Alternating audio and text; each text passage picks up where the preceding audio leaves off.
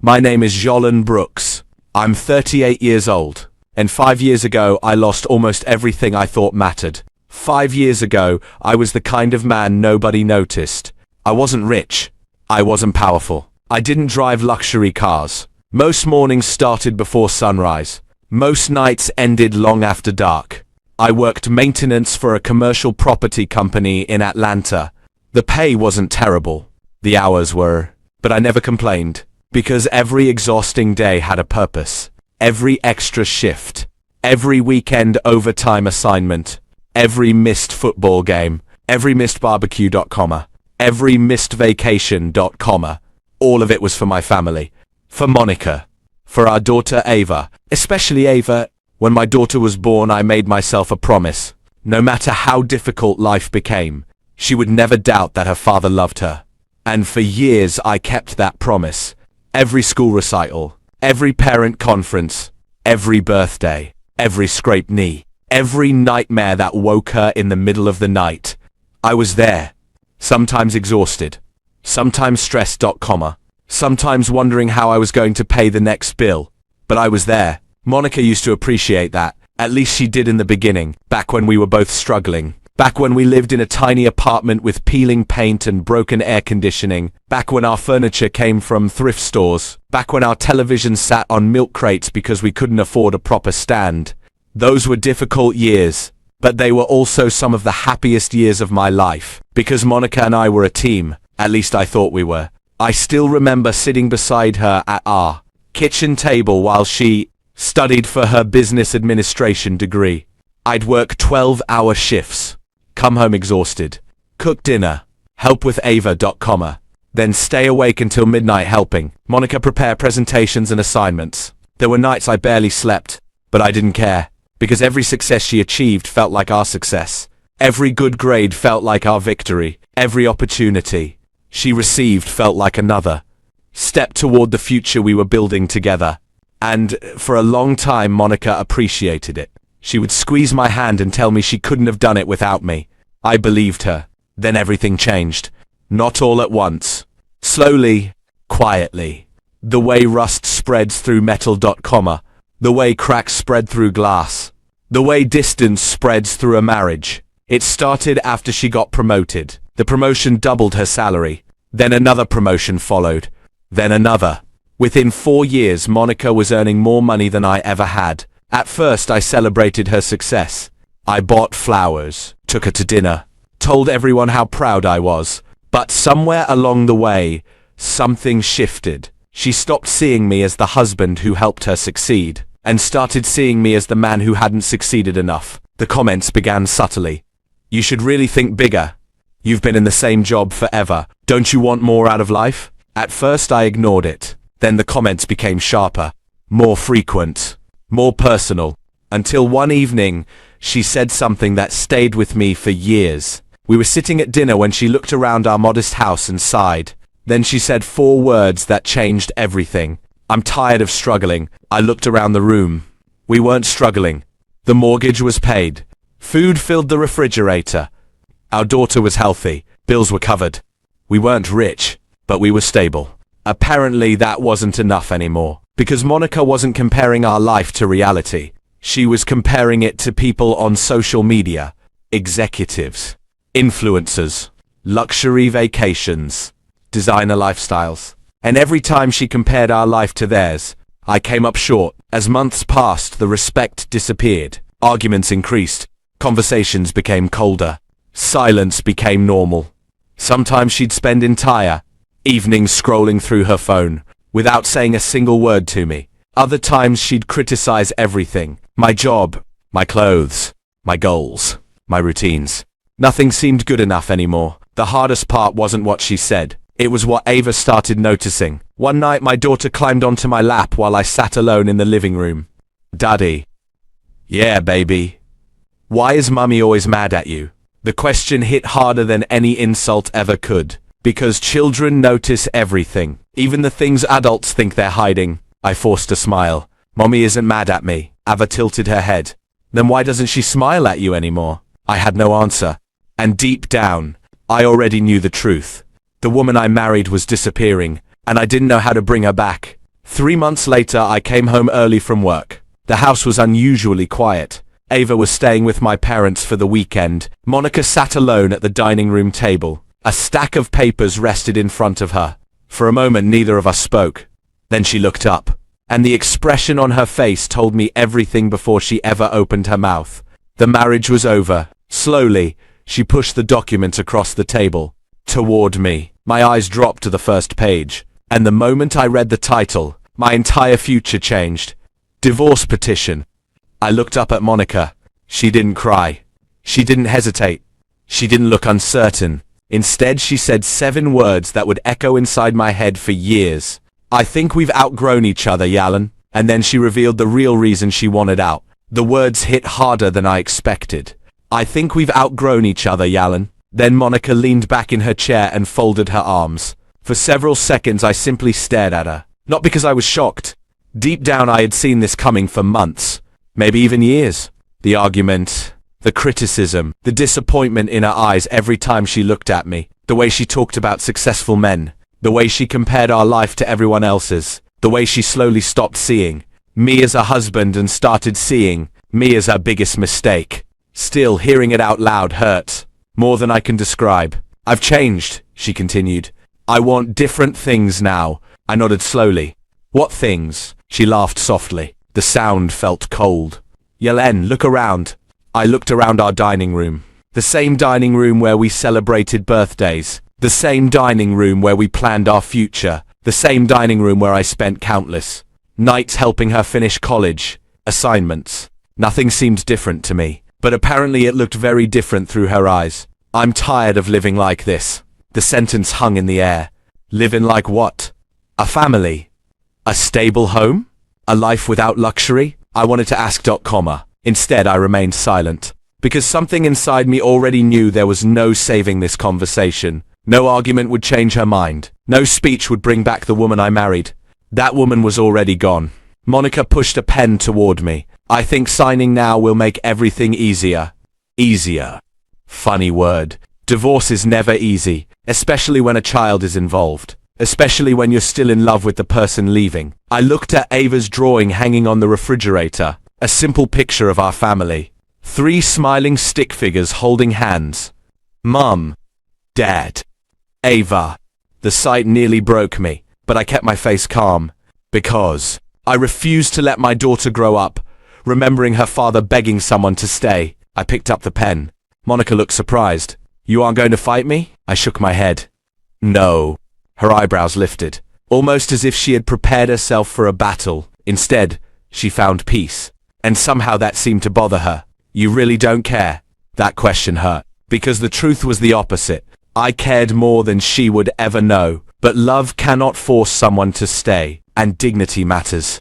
Even when your heart is breaking. I signed 1 signature, then another, then another. 12 years of marriage reduced to a few strokes of ink. When I finished, Monica stared at the papers, almost disappointed, as though she wanted me to argue, wanted me to beg, wanted proof that she still mattered. Instead, I stood up. I'll always be Eva's father. She nodded. Of course. I'll always support her. Another nod. Then silence. The next few weeks felt like a funeral nobody attended. Furniture disappeared. Rooms became emptier. The house became quieter. Lawyers exchanged paperwork. Assets were divided. Schedules were negotiated. Every day felt surreal. I moved into a small 2-bedroom apartment across town. Nothing fancy. Nothing impressive. Just enough space for me and Ava during my custody days. The first night alone was the hardest. I sat on the edge of my bed staring at blank walls. No television. No decorations. No family photographs. Just silence. The kind of silence that forces you to hear every painful thought. I barely slept. The following months were even worse. Most people only see divorce from the outside. They see signatures, court documents, moving trucks. What they don't see are the quiet moments afterward. The loneliness, the self-doubt, the fear, the endless questions. Could I have done more? Could I have saved it? Was I really not enough? Those questions followed me everywhere.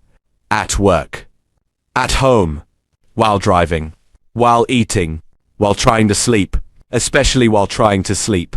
Some nights I would lie awake until 3 in the morning staring at the ceiling, then wake up exhausted and do it all over again. The only thing that kept me moving was Ava.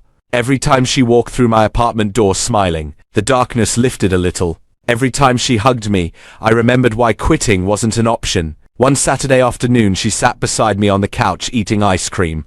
"Daddy." "Yeah? Are you sad?" "Children notice everything." I smiled. "Sometimes." She thought about that, comma, then wrapped her small arms around me. "It's okay." I swallowed hard. "What's okay?" "Being sad." I looked away before tears could form, because somehow my 8-year-old daughter understood strength better than most adults. Months passed. Then a year. Monica's life seemed to improve. Promotions, vacations, luxury purchases, social media photographs. Meanwhile, I worked overtime, extra shifts, weekend assignments, anything to stay financially stable. One evening after another exhausting day, I found myself sitting in a coffee shop reading business articles on my phone. I had always dreamed about starting something of my own. Nothing huge, just something meaningful. Something I could build.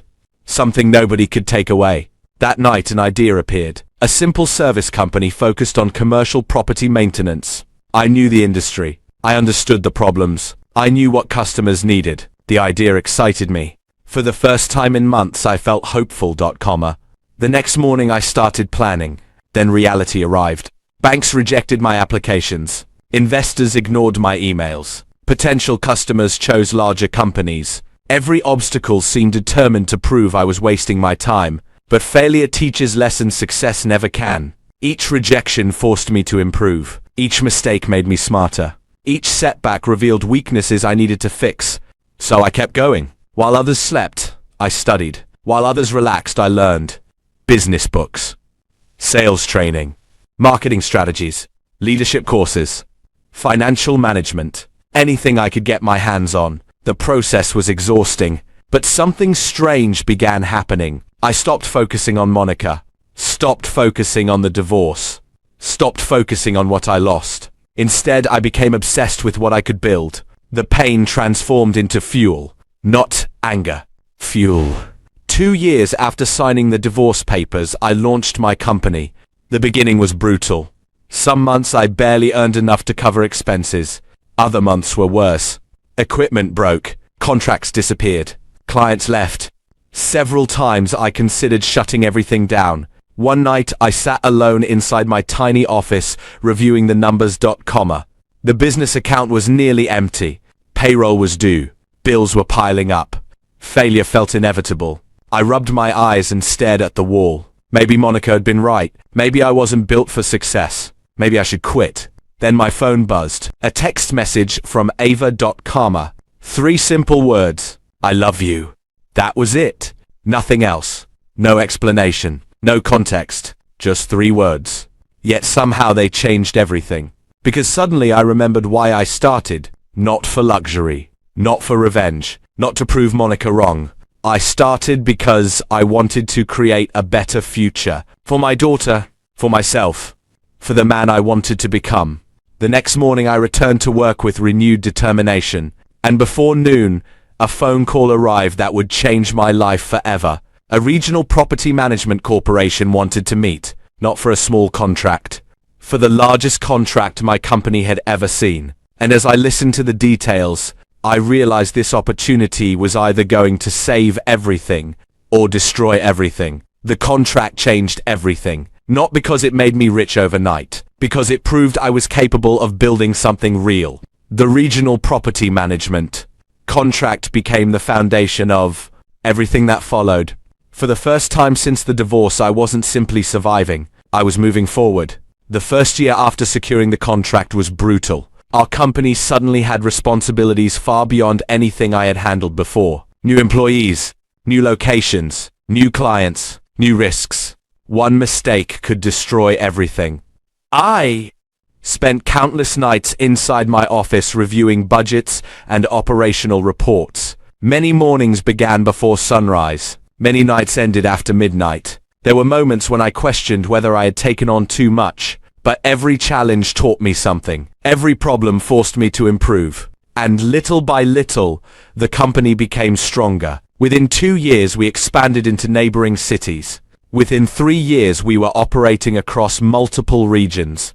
The small business I started from a cramped office was becoming something much larger than I ever imagined. What surprised me most was how success actually felt. Movies make success look glamorous, The reality was different. Success felt like responsibility. It felt like pressure.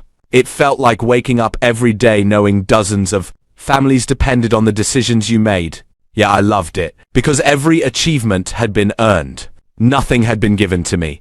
Nothing had been inherited. Everything had been built one difficult day at a time. As the business grew, my personal life improved too. I moved into a beautiful home in a quiet neighborhood. Not a mansion. Not yet. Just a comfortable place where Ava felt safe. A place that finally felt like home. The first time Ava saw her new bedroom, she ran through the doorway and froze. Then she turned around and smiled. A genuine smile. The kind only children can give.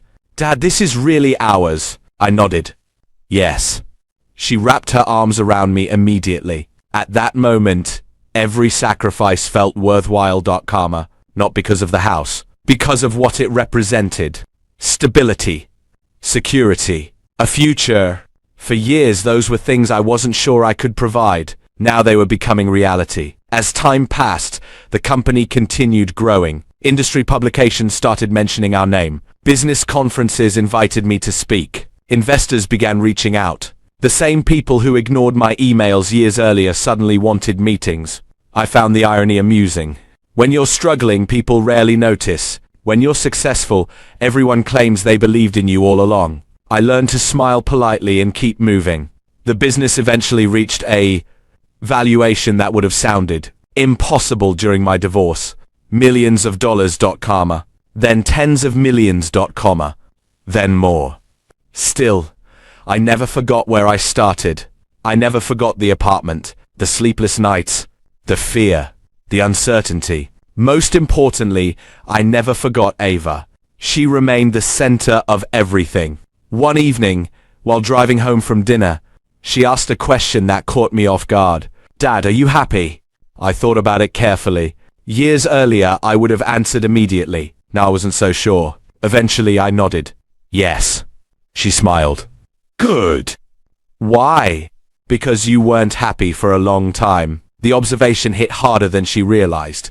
Children truly see everything, even when adults think they are hiding it. The truth was that I had spent years carrying pain I never talked about. Not because I wanted revenge, not because I hated Monica, because disappointment leaves scars, especially when it comes from someone you trusted completely. But something had changed over the years. The pain no longer controlled me. The divorce had become part of my story, not the entire story, and that made all the difference. Around that time, Monica started paying attention again. At first it was small things, unexpected messages, questions about Ava that slowly turned into questions about me. Then occasional phone calls. The conversations were polite, friendly even.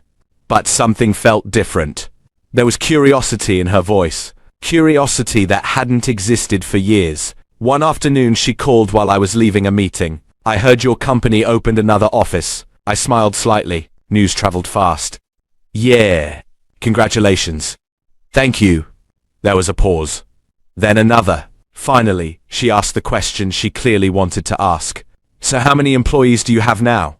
I gave a general answer. Nothing specific. When the conversation ended, I sat inside my car thinking about it. Years ago, Monica barely seemed interested in my life. Now she suddenly wanted details.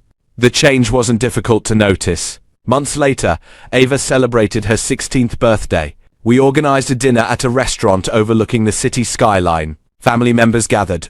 Friends attended. Everyone seemed happy. For most of the evening, the focus remained exactly where it should have been, on Ava. But eventually there came a moment when Monica and I found ourselves alone near the balcony. For several seconds, neither of us spoke. Then she looked at me. You've changed. I laughed softly. I hope so. No, she replied. I mean really changed. I understood what she meant. She wasn't talking about age or maturity. She was talking about success. The thing she once believed would never happen. The thing she had stopped believing in years before anyone else. I looked out across the city lights. People change, she nodded slowly. Then asked another question.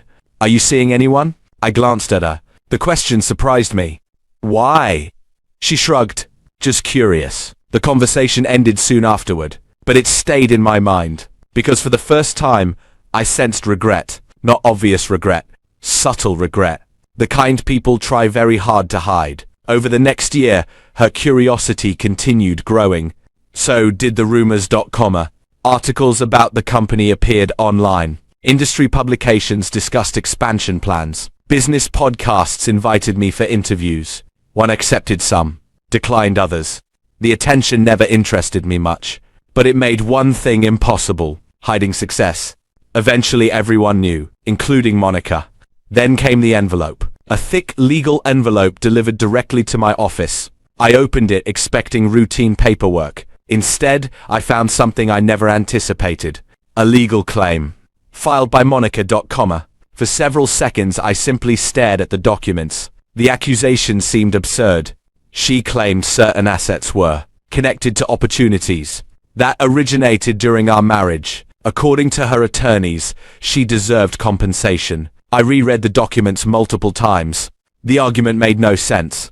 Every major contract, every company expansion, every investment, every asset had been created years after the divorce, yet somehow she believed she was entitled to a portion of it. Disappointment washed over me. Not fear, not anger. Disappointment. Because I genuinely believed we had moved beyond that chapter. Apparently I was wrong. My attorney reviewed everything immediately. His reaction was almost immediate. This won't hold up. You sure? He nodded confidently. The documentation is clear. That should have reassured me. Instead it made me sad. Because regardless of the outcome, we were heading back to court. Back to lawyers. Back to arguments.com. Back to a chapter one thought was finished forever. The legal battle quickly gained attention. Business publications covered the story. Industry insiders discussed it. Speculation spread. Every week seemed to bring another article, another rumor, another opinion. The closer we got to the hearing date, the larger the situation became. Then finally the court date arrived.